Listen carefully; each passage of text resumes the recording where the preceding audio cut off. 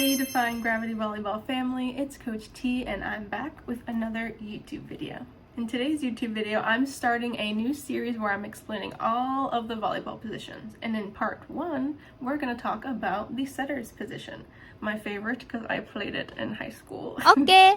Don't forget to like and subscribe if you enjoy this type of content so I can keep it going. But if not, let's just hop right into the video.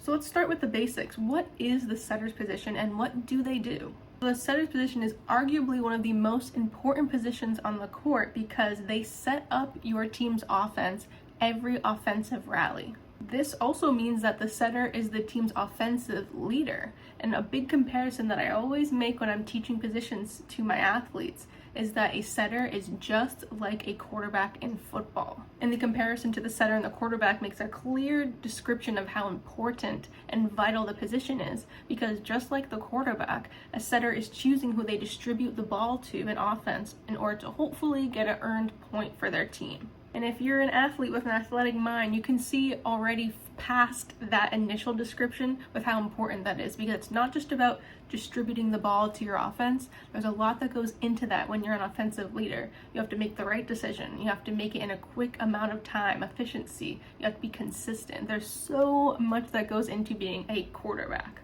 just like a setter is. And the setter is getting a lot of touches, ideally the most touches in the entire match, because out of our 3 touch allowance, which is our rule of thumb, something that most people that don't even play volleyball know, you get the 3 touch allowance. Ideally, that looks like pass, first contact, set, second contact, and third contact, hit. And to make that even more obvious how many touches that is, in just one rally, you can go back and forth, back and forth. There's going to be 3 touches, send it back. 3 touches, set it back, 3, like it can go on and on, the amount of times a setter is moving, having to make decisions, etc. It's a lot of work. The setter is utilizing overhand passing to set up the ball. They probably have the most consistent hands on the team. That's not to say it's illegal to bump set, but usually, ideally, it's way more in control, and setters always want to use overhand. My coach in high school used to scream if I tried to bump set because my overhand setting was so consistent. So really, it's just an ideal thing, but you could bump set. So now that we know the fundamentals of this position, let's move into the next section, which is what sets apart a great setter from a phenomenal setter. The 6 attributes that I think a great setter has is agility, coachability, consistent overhand setting abilities, ability to be a leader, loud and communicative, and last but definitely not least, efficient decision making. With how much a setter is running, but especially in higher experienced teams where they're utilizing 1 setter instead of 2, the setter is moving so much it feels like you are never getting a break. Even with a timeout, you barely feel like you're getting a breath. And that's coming from someone who's experienced being a setter in a 5-1 rotation who never went on the bench once, and that's how I wanted it. But it's just to say that if you're a setter, you have to be really into the game to the point that your agility will shine because you have that oomph in you. If you don't have agility, you're going to be slow to react and move to the ball. You won't be led on your feet. It's the Achilles heel of being a setter if you don't have agility. You need to have that. Of course, in general, as an athlete, you want to be athletic and have agility, but in this position, you need to be agile. And of course, another given, consistent overhand passing abilities. Your coach is probably choosing a setter that has the best setting on the team, but alongside that, the most consistent setting on the team. You can have great hands, but if you don't have agility and you're slow to move to the ball, so it makes your set off, that means it's not consistent. You might lose your spot to a setter who is more consistent, just might not have as beautiful butter of sets that you would do in an ideal pass. So you can see where it's already mixing up, right? A pass is never the same. You have to have agility and consistent overhand passing abilities in order to be a good setter. The third most important one is definitely efficient decision making. And I'll call back to my comparison earlier to a quarterback. Imagine a quarterback was really slow to react because they didn't know who to throw the ball to, but then also if they were too quick and they're throwing the ball just to get it out of the way and it wasn't thoughtful or efficient, It's the same exact thing for a setter. If you're not thinking in a split second, what's the best option to finish this ball for us to get a point,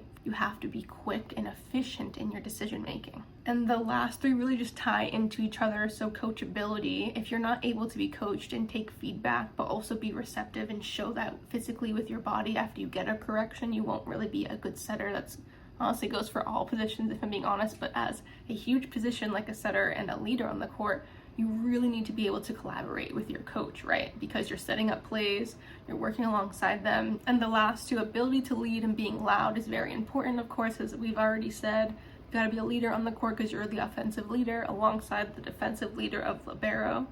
And being loud is super important. Imagine you're setting up your offense and you hear nothing. How are you gonna work with your teammates? That goes for, again, all positions. But as a setter, you gotta talk. You gotta yap, okay? You got to. We're moving quick. The next section is Coach T's setters to watch. I'm Coach T, so that was a little weird. That's a little weird to say. But I, as a setter, have had people that I have watched since their college days, and they're now in the Olympics. You've probably heard it from other coaches or athletes, but it's not just about getting repetition in volleyball, it's also about watching volleyball, watching your game footage back, watching NCAA games, watching Olympics. You really have to watch as well to learn. So the first ever setter that ever inspired me was Micah Hancock. She's a Penn State alumni, and she's now an Olympic medalist for the USA women's team. It's just crazy. The year after she graduated, I went to go see a Penn State game. It was going to a college D1 game like that is so fun. So if you ever have the privilege of doing that, I got to do it for my birthday when I was a kid. Please go in person. There's also free games in my local area. There's D3 college teams in my area that I bring my athletes to for free. So there's other opportunities. You don't have to go big and grand at D1, but it was pretty cool to see D1 players. Micah Christensen is also an Olympic player and medal winner for the men's USA volleyball team. He, in my opinion, shows great consistency, but also level-headedness. He's very calm and he's very quick with how he creates plays for his teammates. If you're a setter and you're constantly freaking out, or you're like, oh my god, that set stinks, I don't want to say a bad word. If you're just rah, and you're not calm and collected, you're really going to affect your team. So I think Micah is a really good example of how your mentality, but also your consistency, of course, he's an Olympic athlete, right? So I don't think I have to point that out for all of them, because all these athletes that I'm describing are at the Olympic or college D1 level, but his level-headedness is my favorite thing about him. And last but certainly not least, Alexis Stuckey. She is currently playing D1 volleyball at Florida, and she's one of my favorite setters currently because of her connection to her teammates. I can say this till I'm blue in the face. You need to have a connection with your teammates in order to have a really phenomenal volleyball team. Volleyball is a mental game more than any other sport that I've seen. It's not just physical, it's very mental, and mentality can mean a few other things. But for this example, mentality is how you're connecting to your teammates. Are you trying to build connections outside of the court? Are you doing team bondings? That way you're building trust. You're building this...